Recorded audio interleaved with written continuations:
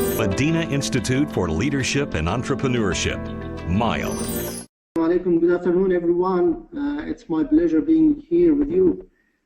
Today, I believe we have a lot to discuss and present and share with you. And today actually started a few years back in 2007 when I went to Balanced Scorecard Forum in Dubai, where I attended a few days with Norton and Kaplan, the Balanced Scorecard inventors. At that time, I didn't hear a word about project. Few months after that, I went for PMI Global Congress in Malta, where I didn't hear as well any word about Balanced Scorecard.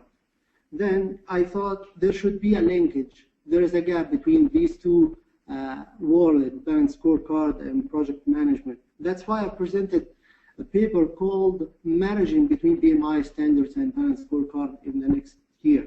Today, I'm here to continue that journey, which started a long time ago. At that moment, I told people that the KPIs are the right connector between Balanced Scorecard and project management. Today, I'm changing my mind. I want to share the new idea with you. I'm claiming that benefit management is the right connector, not only between strategic management and project management, but across the whole organization. In order to do that, we will raise a couple of questions today. We will try to answer all of it, and I will leave some for you. And today, we have two main elements to discuss what is benefit management and how it works, and how to utilize these project management to fill a lot of gaps I saw in different organizations when I used to establish PMO and supervise some of ePMO and OSM as well. This is me, and I believe the introduction was enough to know more about me. And if you would like to know more, please visit my LinkedIn webpage. Let's go. It's the right time to call for all your attention, call for your experience, and stay here with me, please. Please try to stay here. Think how to apply what you will discuss or we will discuss to your organization. Listen as if you will present these slides, all these ideas to your colleagues. I will be so happy to answer your questions during this session and after that. So let's go and start with talking about the organizational management system. The organizational management system starts from this chart, which I believe, which I think, in my opinion, that this is the most important chart PMI has produced. It shows how to manage all kinds of activities in your organization. Actually, it covers all kinds of activities, temporary, ongoing, or even for the short term or long term. PMI called this chart once as a strategic and operational process. And in another standard, they called it the organizational context of portfolio management. To be honest, I believe this chart, which I believe the most important one, should be called the organizational management context, and I will explain why I think that. One of the beauty about this chart that you can utilize it to show many meanings. One of it is how to formulate your strategy as well as how to execute it. The first part, which is setting the business strategy, this is the top part of the chart, represent the management approaches to set its strategy. That's why I call it set business strategy. The left side shows the different ongoing activities, both the planning and execution, while the right side shows the temporary activities, and also it's both sides, planning and execution. These tiny arrows, I believe you still can see it, between different levels and sides in the chart, shows how organization can work in a synchronized and harmony phase. Every part is feeding to another part. For example, The organizational strategy and objectives are linked to portfolio management to establish a balanced usage of resources. The purpose is to maximize the value of executing programs and projects as well as the operational activities. Another usage for this lovely chart, it can help you to understand how different organization units can interact with each other.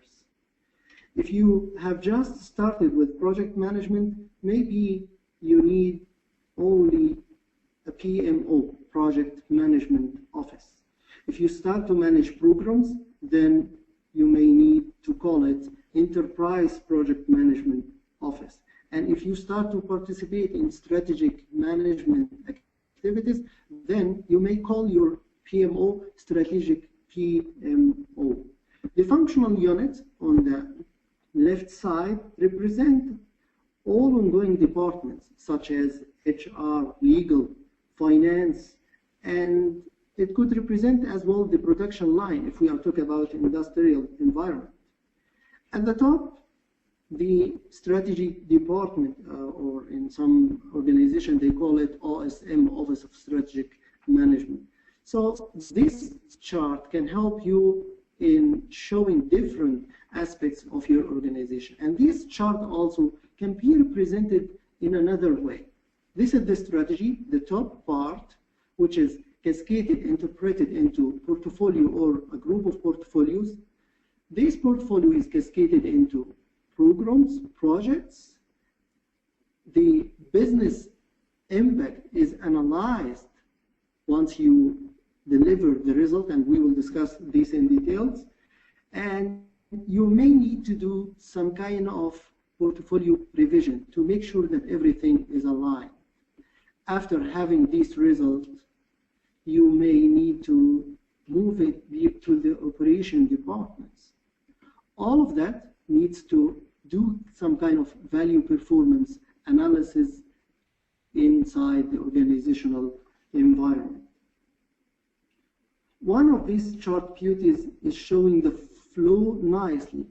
Only one thing I miss here, which is the connection from portfolio to the operation as shown in the previous chart. However, let's assume it is there somehow, as I want to focus on something else today. Today, I will discuss with you few gaps I saw in different organizations. Actually, for me, the common missed arrows, which represent 3 gaps actually, are as shown in this slide. The first gap is from strategy to portfolio. The second is from portfolio to programs and projects. And the third one is from programs, projects, and the operation. Could you please write in the chat window which gap or gaps do you find currently in your organization? Do you have a missed linkage between the strategy and portfolio? Do you have the gap number 2 between the portfolio and programs and projects? Or the third one? Or maybe you have another gap in somewhere else. Please write it down in the chat window and I will review that by the end. Although there could be more than the presented 3 gaps, I will focus only on those 3 for today. These are the gaps which we will try to bridge by benefit management. Therefore, let's go and discuss first what is benefit management. As you see, I'm calling it, it's more than moving boxes. Why I'm calling it this way? Because this is the simplest definition for benefit management. It's not only moving boxes into the client side or into the other department. It's opening those boxes after delivering it and use its content. I believe that's not clear. Let's try it with IKEA or IKEA example. What does IKEA sell in common for their customer. It sells only boxes, right? This is their project deliverable. Unless you open it and assemble whatever inside it, you still have only a box, or what I call deliverable. You may ask someone to come and assemble it for you. This guy will execute and build another project, and you will get your furniture or whatever part you bought ready for usage. Now you have the books open and the content assembled, but you didn't use it yet. Once you start using that books or what was inside the books, only at that moment you will start to get its benefit. After a while, these benefits will be realized on a continual basis. This is the moment when you feel that the value of your money and also your home value will be increased. What is a benefit? If this is the general meaning of benefit, what is a benefit? As per PMI standard, the standard for program management, it's an outcome of actions, behavior, products, or services that provide utilities to the sponsoring organization as well as to programs' intended beneficiary. So we are judging the benefit from programs' intended beneficiary. This is the first comment about this definition. The second comment I have that it's not an outcome rather than a result. Actually, it's an end result, not only a result. And I will tell you more why I'm saying that. Usually, benefits are defined based on the intended beneficiary. Sometimes it can be certain, easily quantifiable, concrete or finite. It can be 20% increase in revenue, and I know this can be also a strategic objective, and this is something we will discuss later, what is the relation between a benefit and strategic objective. Also, it can be less easier or less easy quantifiable. It can be hard to be measured, such as improving an employee morale. Some benefits, such as expanded market presence or improved financial performance, can be realized within the organization performing the program. On the other side, some benefits can be realized by other organizations. How do we create the benefit? As per this text I extract from PMI program standard for program management, and as I understand benefit, the first step coming from project level. Each project produces an output or outputs. Usually, a group of projects under a program umbrella produce several outputs, which will enhance current capabilities in the organization, or even it can develop new capabilities in that organization. Once these capabilities are integrated and enable the organization to start a new stage of performance or level of work, we call all of that outcome. At this moment, if we utilize this outcome, we start to gain the benefit. This is only the moment we can call it benefit. So we start with project to produce output. This output, in cooperation with other outputs, build the capabilities. These capabilities, once it's ready to be performed or ready to be used, then we have outcome. Once we utilize this outcome and start to produce some results, then we call it benefit. The more benefit we realize, the better value we gain. The word value here, it means the business value, which is unique for each organization. Generally, we mean by business value the entire value of the business, or the total sum of all tangible or intangible elements. And let me explain more about benefit creation by showing this full program picture. This is an example for a program where the program starts with the preparation and end with delivering the consolidated program, consolidated benefits. This is a full picture.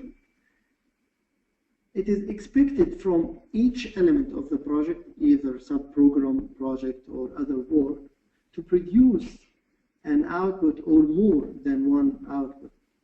Together, they will form a benefit. This benefit can continue to be consolidated at the end of the program, or we may decide to discrete it. The other will be consolidated at the end of the program. After that, and as we will explain later, it will be, or we will do our best to sustain this benefit. So this is what I'm showing here, or pointing to: program definition, program benefit delivery, program closure. This is what we call program management life cycle. And to explain it more, this is the program benefit management part. PMI consider the benefit management purely a part of program management. Therefore, as you see at the top of this chart, there are main three phases. These three phases together called program life cycle, where we define the program by formulating it and preparing for it. Then we start the benefit delivery, and this is the main bulk of the program management. We start delivering the benefits, which will remain till the program closure, which happen by transition and closing out. And this is what we will discuss in details now. This is the benefit life cycle and management. The purpose of this life cycle and management is to focus program stakeholders on the outcomes and benefits. Remember the definition of program: a group of interrelated projects. When managed together, it will avail and bring more benefits, more control, which is not available from managing those projects individually. So the main point of benefit is to focus program stakeholder on outcomes and benefits to be provided by the various activities conducted during the program duration, to focus the program team on the final benefit or final delivery. In order to manage benefits, we need to do 5 things. Let's call it process, call it activities. To identify these benefits, to analyze and plan for it, to deliver it, and check if there are more or new benefits to be analyzed and planned in a loop way. So you will continue analyzing, planning, and making sure that you are delivering these benefits. Otherwise, you may need to analyze and plan again. Once the program team is confident that benefits are being delivered, they should start transition activities to make sure the benefit owner realizes it.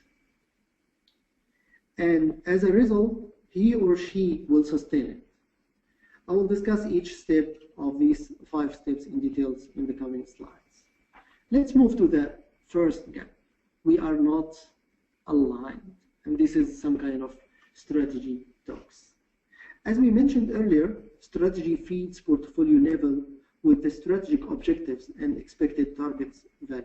In many organizations, I saw this gap. Strategy team are talking in their language, such as KPI, KPT, operational KPI, strategic KPIs, while portfolio people either not exist at all or cannot understand this terminology in their real meaning. Or those portfolio people are thinking about grouping projects or targeting new industry, targeting new client. So they are not talking the same language. And this is the first gap I saw. Strategy and portfolio are not aligned. Let's think of this gap using root cause analysis technique in a simple way. The main problem is having strategy and portfolio not aligned. The first cause I saw comes to my mind is mismatching targets and results. Why do you think that happened? I believe it happened because of talking different language. Each team is talking from his point of view. So why they are talking different language? It's because they have different interests and references. Usually, strategy people are keen about collecting information about KPIs and KPTs, while portfolio people are thinking of programs and projects and how they are synchronized and working under one umbrella. How can benefit management help in such situation? The first activity in managing benefit or benefit management is to analyze the available information about organizational and business strategies. Benefit identification purpose is to analyze this area.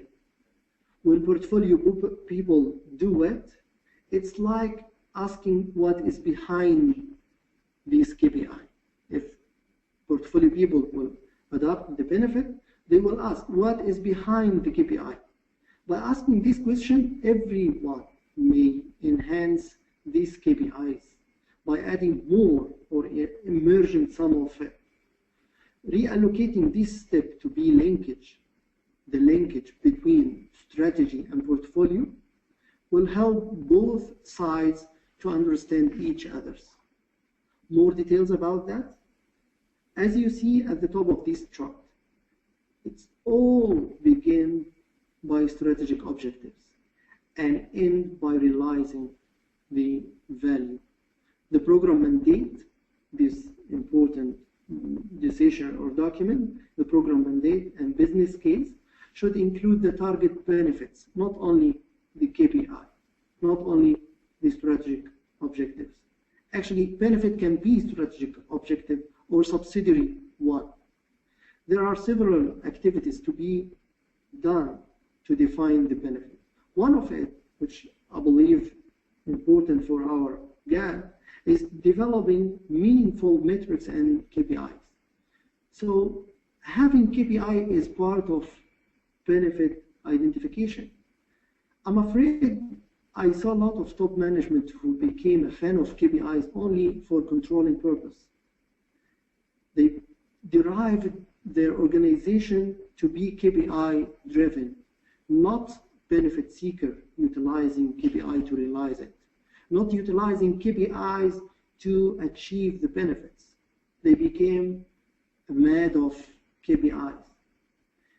I believe on the other side, the strategy people should tell the target value or strategic objective before the KPT, before the KPI. They should tell the target benefits before anything else.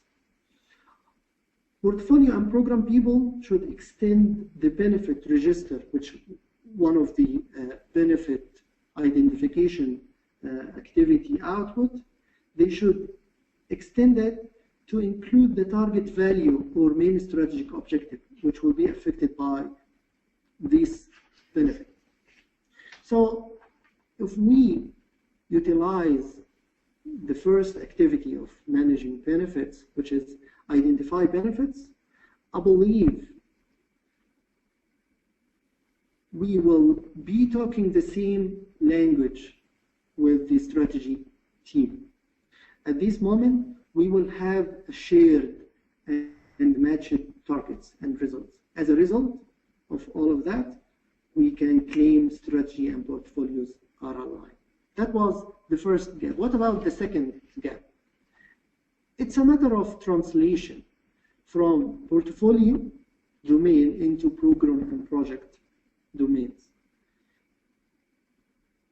Moving into gap number 2 will raise the issue of organization focus.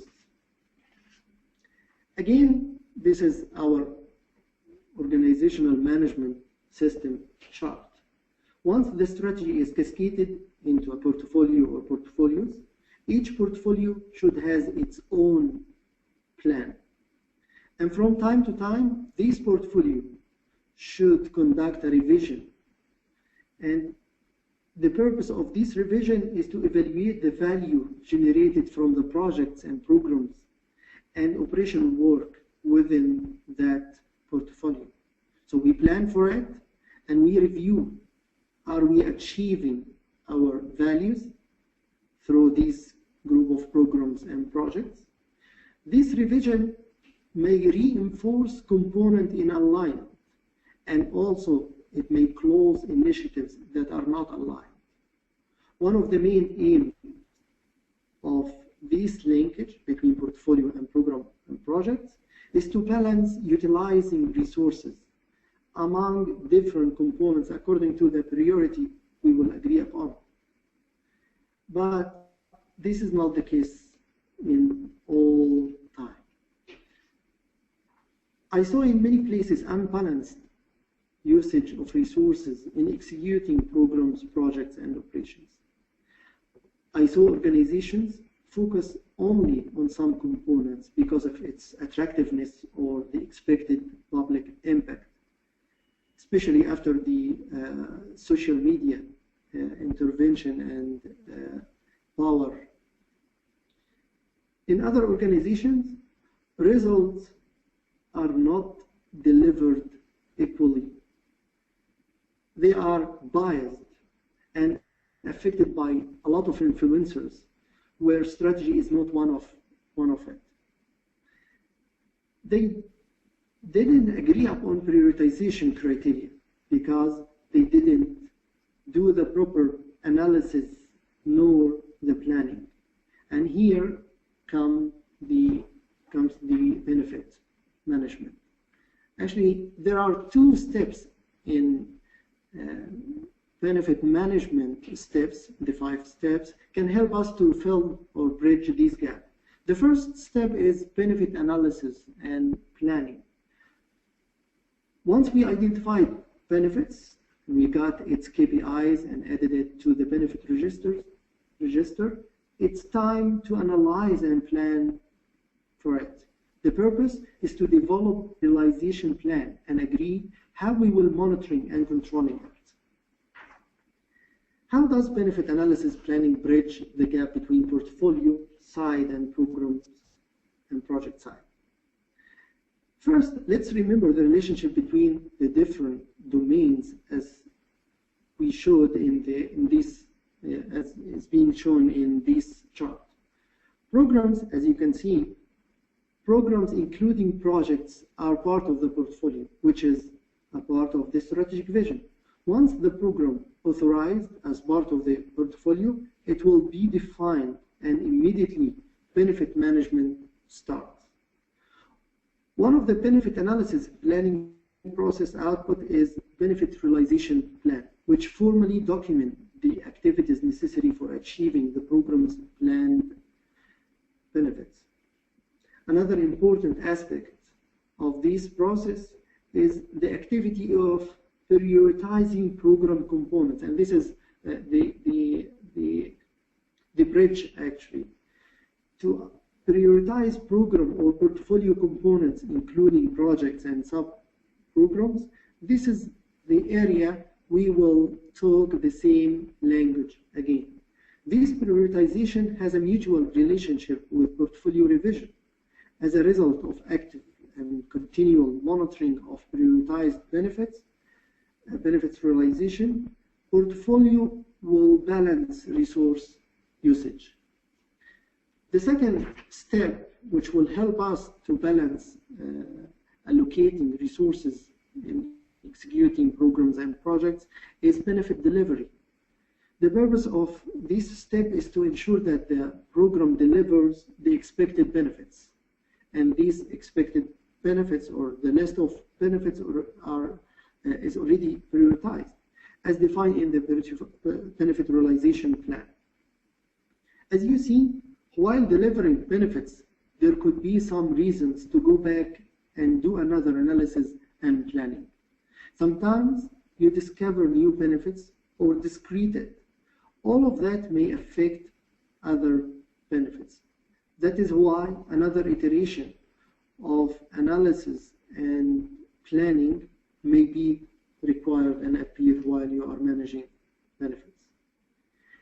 This is another very nice chart from PMI showing how benefit delivery elaborate over the time. As you see in this example, benefit delivery starts within the program. As you see the program boundaries, the benefit or program benefit delivery is a part of it, which not necessarily happening in all times. Sometimes you deliver benefits after the portfolio, after the program is finished. Benefit delivery actually continue after program in most of the cases. Back to our gap, one of the benefit delivery activities is monitoring the organizational environment, program objectives, and benefits realization. What is the purpose of that? The purpose is to ensure that the program remains aligned with the organization's strategic objectives. That's why the gap we are facing unbalanced usage of resources. If we perform benefit analysis and planning, we will get prioritized components. Accordingly, we will allocate the proper resources for each one. Once we have it and start to deliver benefits, as we mentioned in the previous slide, we need to monitor delivery against the plan and alignment to the strategy. As a result, we will get a balanced usage of resources in executing program, project, and operation. And that was our second gap. Our third and last gap is about the black hole. You know, sometimes the expression of black hole, anything will go into that black hole will disappear. And this is what happened for a lot of deliverables and benefits I saw. This is our last gap. It's about adding real value to the business by realizing and continue realizing the benefits. Remember, there could be more gaps, but today we focused only on the three we mentioned earlier. So we filled or bridged the first two gaps. It's time to see who will take over program and project outcomes or benefits. I saw a lot of black holes in this area actually, where all outcomes disappear. I saw a lot of deliverables on the shelf. I saw a lot of outcomes died in back stores. What makes me angry when I see low-hanging fruits and nobody able or interested in hanging it? Why do you think this is happening? I believe the problem, which is no benefit realization nor value increase, is because of three reasons. The first one, or the first cause, not having increased value. This issue is having benefits without responsible. The reason for having no increased value is getting benefits, but all of them are fatherless, or call them orphan benefits. And these orphan benefits were orphan outcomes earlier. So we need to seek for their father from the beginning. That's why benefit management can help us by doing two activities to solve these problems. The first activity is benefit transition, and the second is benefit sustainment. The benefit transition activity, the purpose is to ensure that the program benefit are transitioned to operational areas. Remember, we have strategy, portfolio, program and project, and operation. Now it's time to engage the operation people with us to receive all outcomes, all benefits, and make sure they will realize it. Value actually appear after having these benefits realized.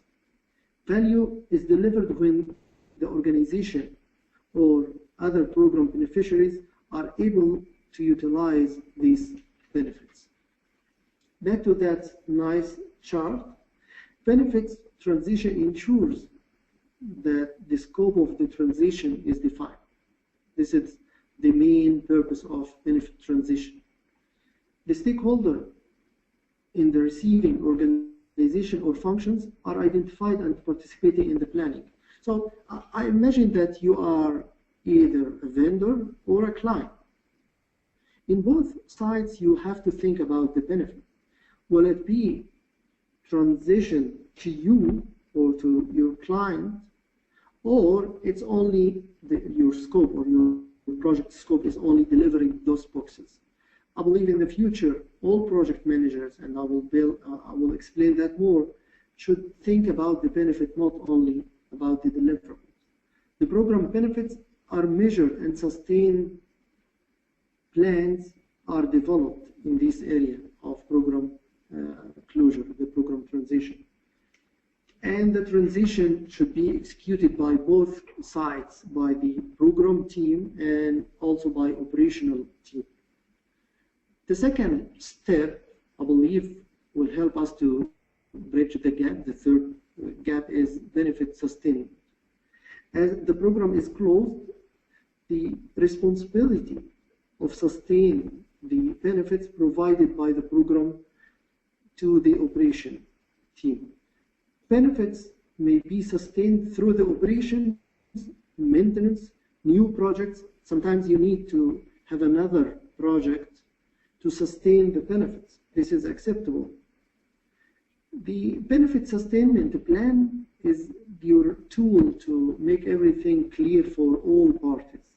It should be developed prior to the program closure. Don't wait until the program is closed and start to develop this benefit sustainment plan. And it will include a lot of good information for operation team. It will include risks, processes, measures, metrics, and tools necessary to ensure the continued realization of the benefits delivered. Benefit sustain plan, I believe this is one of the important documents for the program manager to deliver real and mature benefit to the operation team. Planning for the establishment and operation support of the product, service, or result should be a function of the program as well as the operation team. By that, if we did a good benefit transition, we will not have orphan benefits, and we will make sure it is sustained, and we will plan for the operation team to realize the benefits. Once they realize and continue realizing the benefits, they will feel, and all of us will feel, the increased value in the organization. Those are the main three gaps I wanted to discuss today, and how benefit management can help you. The question now, how to do all of that? It's not only a theoretical session. Actually, we need to do a lot to make it a practical one. After knowing these three gaps and understanding the benefit management, what should we do? The first thing, I believe, we should create and make sure that these bridges exist and we understand it carefully. We need to create a benefit management culture in our organization. And regardless you have or you don't have these gaps, the benefit should be the leader. Your organization should be benefit driven, not KPIs, not deliverables driven. It should be benefit driven. Another thing, we need to learn first and rethink of the benefit management. I believe benefit realization is the main vehicle to achieve any strategic objective. Project management and project managers nowadays are mature enough to move to the next level. And when I'm saying next level, usually all PMP people are looking for PGMP or Portfolio Management Certified Professional. I believe thinking about benefit and how to manage it is the first step, regardless of the certificate you are looking for. Also, on the discipline side, I believe the benefit management should be a part of the portfolio management. Why I'm saying that, because the benefit realization happened by running and changing the business. Remember that lovely chart?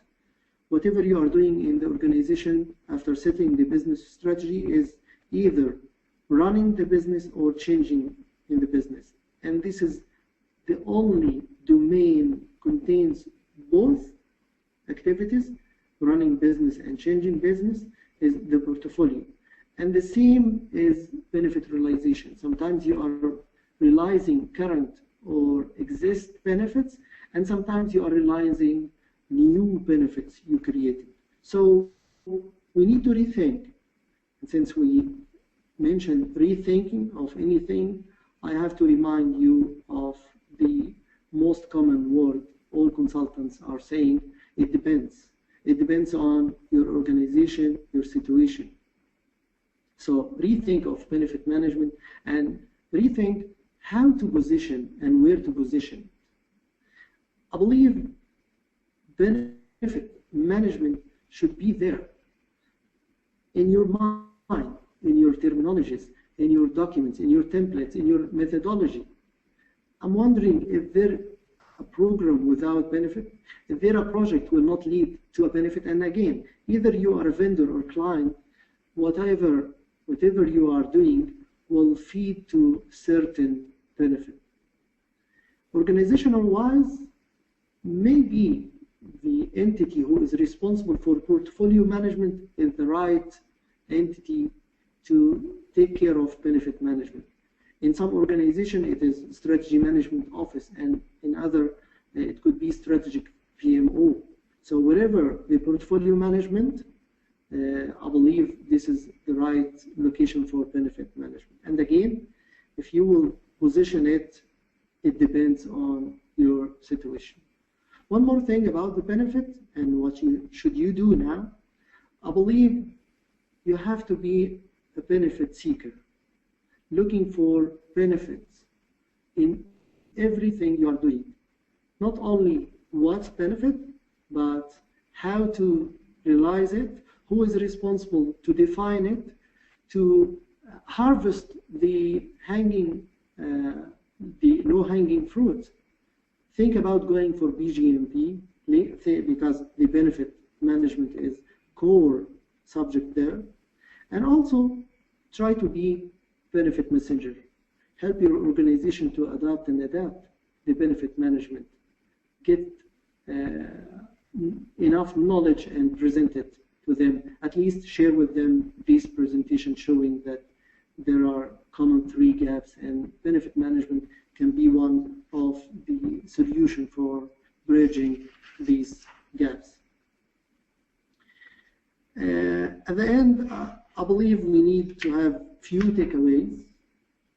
Think it is vital to understand your organization management context and how each management field, management discipline, management entity should be communicated and have open and healthy dialogue with others. Try to find if there are any gaps among these organization management context. Benefit management is, in my opinion, is the right future mindset for all project managers and project management practitioners in general. Rethink and reposition benefit management in your organization.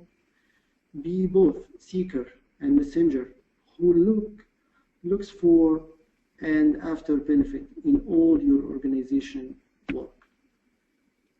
By that, I would love to thank you all for listening, and please, I will be sending that presentation on my LinkedIn if you need to have a copy of it, and please send me any question and any feedback. Floor is yours. Well, thank you very much, Mr. Alsadeq, for a very interesting presentation. Folks, now we are open for the question and answers. If you have any questions, you can put it in the question box, or you could raise your hand. There is a hand icon available on your webinar console. So if you click on it, you'll be able to talk to Mr. Alsadeq. So let me go. There are a couple of hands which are raised. Let me go to the first one. We have Hashim Talab. Hashim Talab, can you please introduce yourself and ask the question? Yes, if you can hear me, gentlemen, my question to Mr. Imad Alsadeq, could you give us any examples of organizations, whether government or private organizations, who really applied benefit management in their program execution, and give us some flavor of the kind of success they have come across? Well, as you saw, I'm talking about gaps I saw, and many organizations I'm dealing with currently are in the beginning of adapting benefit management. And one of the beauty of adapting benefit management is to bring all people into the same table. I'm working with government entities as well as some private entities, and both are in the early stages of adapting benefit management. And it's not an old subject, actually, to be honest and to be fair. I'm not expecting a lot of organization adapting it. I saw some examples outside of Saudi Arabia, especially in Australia. I visited recently, and I saw a lot of good examples there in government sector especially. So the flavor of benefit, the mindset of benefit, especially here in Saudi Arabia, and there are a lot of contract management, and the government regulation is not tackling the benefit rather than the deliverables. All our judgment on the vendor performance is based on their deliverable on time within the scope. I believe if we can inject the benefits, which will include change management, will include a lot of teaching, learning, a lot of other activities, not only moving boxes as I mentioned. Imagine installing a system. A lot of vendors are installing a lot of systems without any benefit realized from this installation. Benefit management will fix this gap, I believe. Thank you very much. Thank you very much, Brother Hashim, for your question. Now let me move to another caller. We have Mr. Tom Silva. Mr. Tom, you raised your hand. Could you please introduce yourself and ask the question? Hi, Imad. It's Tom Silva from Adelaide. How are you? Hi, how are you? Nice to have you here. Really liked your presentation, and I just wanted to make a couple of observations that I relate to very strongly with what you've said. I think, the maturity on benefit management is very, very low. I especially find that in organisations that I see in Australia. The second thing that I see as well, and you may want to comment on this as well, is that I think that sometimes organisations are almost scared to make to realise a benefit or to measure a benefit just in case the benefit didn't realise what they thought it would, and therefore they miss the opportunity to question why that benefit wasn't made, and therefore lose the opportunity to continually improve their process to make sure that they are getting better at that benefit management. And of course, the cultural side of that is something that needs to be changed. Yeah, totally agree with you, Tom. I believe we have a lot of what we call not only orphan benefits, orphan outcomes, but we can call orphan projects. Suddenly you discover that this project is not delivering any value. Who decided for it? Who authorized the execution? And nobody can claim because there is no benefit out of it. Yeah, totally agree. Good. Yeah, well, thank you very much. Thank you very much, Tom, for the question. Let me move to another question that is hands raised. So we have Brother Hazem Abdullah. Brother Hazem Abdullah, could you please introduce yourself and ask the question? Appreciate if you could be precise, as we're running short on time. So Hello? please go ahead.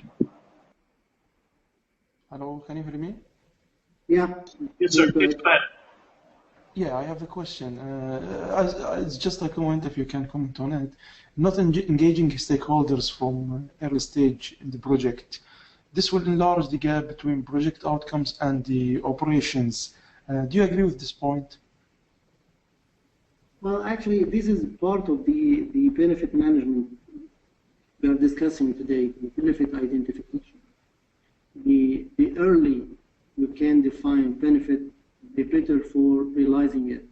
The early you can engage people, telling them, or actually answering the question, why? This is the most important question in the life, actually. Why we are doing that? Why we are delivering this, installing this system? Why we need to reduce the amount of cases? Why we need our customers more happier? Why? Why?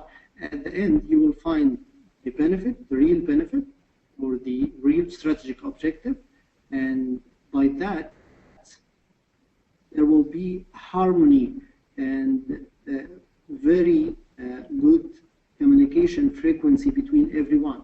All of us are targeting the same aim in our language, in our terminologies, but it's the same aim we agreed upon. I agree with you. Thank you. Thank you very much. Thank you very much, Brother Hazem. Thank you very much. Thank you very much. Thank you. We have another caller who's raised his hand. We have Brother Redwan Assad. Brother Redwan, could you please ask the question, rather a short one, if you could, brother, and introduce yourself also. Okay, thank you very much for this presentation, Imad. I really like your presentation. My question for you is that, what should a program manager do during the execution of the program when he realizes that the benefit identified in the early stages of the programs are during the execution is not going towards the same end benefits? What if the benefits are diverting? We are not getting the end benefits during the execution program. So how can a program manager bring back the original benefits for which this program was started? Good question. It's not necessary this is another definition of success I wrote in my book. It's not always achieving your targets success. Sometimes you achieve other benefits, side benefits. It's not necessarily the original benefits you planned for. But unless these benefits equal the investment, you have to rethink about the program in general. So the first point I'm raising here, it's not necessarily the same benefit. If you got equal or alternative benefit, stay with that program and continue. If you miss that benefit and there is no expected benefit, then as we mentioned, there is a portfolio revision session. Sometimes it's not portfolio revision, but the strategy revision meeting. You may need to kill that component. I will call it in this way, in this case, component, not necessarily program. You don't have to continue with a filler story.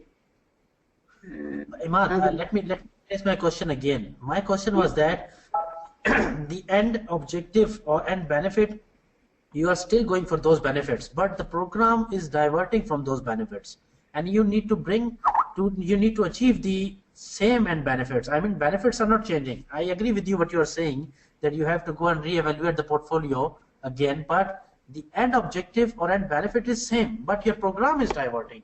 How you can bring back so that you can realize, stakeholders, that the benefits are not going to achieve if we divert it over program as it is happening now? Well, then it's a matter of execution issue. It's not a matter of planning. The benefits or the benefit are still there, but you are not going into it. It's a matter of execution. So I believe you need to review the plan and the actions there. You need to escalate something, do it. If you need to replan or make a full plan B or fallback plan, do it. It's a matter of execution in this way. All right, got it. Thank you. Thank you for your answer. All right, thank you very much for the Ridwan. That really brings us towards the end of the webinar. I know we have a number of other questions posted in the question box, so we request all those who have raised the questions if they could directly reach to the context that was illustrated by Brother Alsadeq. With that note, just to give you a quick announcement that we are recording this webinar also, which will be shared later. You can download a soft copy of the presentation from the MILE community, the link which was shared.